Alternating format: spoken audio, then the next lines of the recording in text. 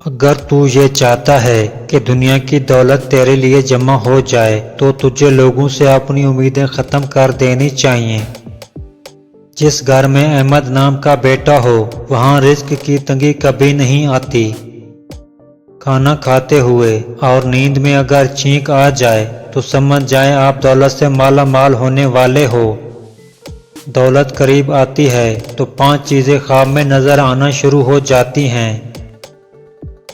پہاڑ دیکھنا یا پہاڑ پر چڑھنا، مچھلی دیکھنا یا مچھلی کھانا، خواب میں تخت دیکھنا یا جس شخص نے گھوڑا اور اونٹ کا بھی خواب دیکھ لیا ہو تو سمجھ لیں کہ یہ دولت کے آنے کی یقینی نشانیاں ہیں۔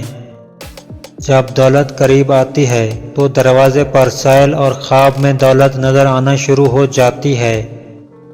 کھانا کھاتے وقت تمہاری زبان دانتوں تلے آ جائے تو سمجھ جاؤ کہ تمہاری قسمت رنگ لانے والی ہے اور تمہیں کامیابی ملنے والی ہے۔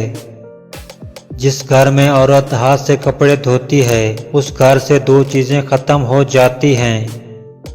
نمبر 1، ہاتھ سے کپڑے دھونا ڈپریشن کو دور کرتا ہے۔ کپڑوں کا دھونا رنج و غم اور غزل و ملال کو دور کرتا ہے۔ جو شخص بہانہ بنانے میں بہت اچھا ہو وہ کسی اور کام میں اچھا نہیں ہو سکتا۔ بے وقوف آدمی کا اصل المیہ یہ ہے اس کی کوئی حماقت آخری نہیں ہوتی۔ شیطان کی کامیابی کے لیے یہی کافی ہے کہ خیر و شر کی کشمکش میں اچھے لوگ کچھ نہ کریں۔ پیسہ بدترین آقا ہے مگر بہترین غلام ہے۔ اصولوں کے لیے جنگ کرنا بہت آسان ہے، اصولوں کے مطابق زندگی گزارنا بہت مشکل ہے۔ اعلیٰ اخلاقی سطح اکثر 2 قسم کے لوگوں میں پیدا ہوتی ہے، وہ لوگ جن کی تربیت بہت اعلیٰ ہو یا وہ لوگ جن کا مقصد حیات بہت اعلیٰ ہو۔ کسی فکر کو قبول کیے بغیر اس پر غور کرنا آپ کی تعلیم یافتہ ہونے کی نشانی ہے۔ کسی فرد کسی قوم کو ہلاک کرنا ہے تو اس کی امید کو مار ڈالیے اور اگر اسے تعمیر کرنا ہے تو اس کی امید کو زندہ رکھیے۔